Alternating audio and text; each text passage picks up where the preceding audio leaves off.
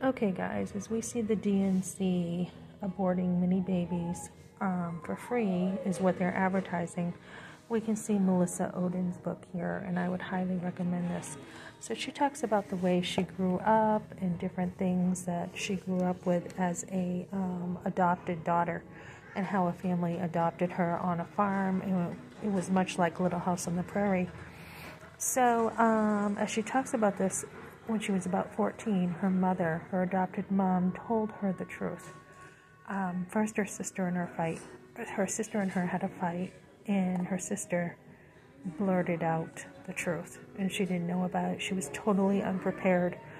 Her sister had said something like, don't you know the truth? You weren't wanted. So she's like, I can't believe you didn't know the truth. Wait until mom and dad get home and they can tell you the truth. So she talks about at 14, her mom got in the kitchen and they sat down in the living room and talked, and the truth was told to her, and how overwhelming it was for her that she wasn't wanted. Her mother actually aborted her, and she says it was hard for her. She went to being anorexic, to bulimic, to alcohol, to sex, because she wanted, to be wanted.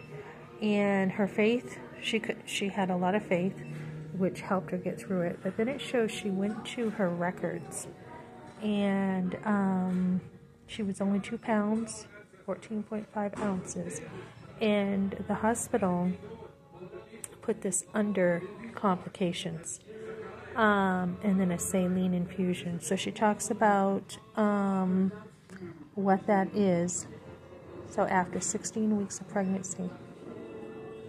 Wow. So it took her a long time to find this out, and she talks about how shocking it was to her. So this is one woman who survived an abortion, and she ends up eventually, it's a powerful story, eventually coming to forgiveness for those who tried to kill her.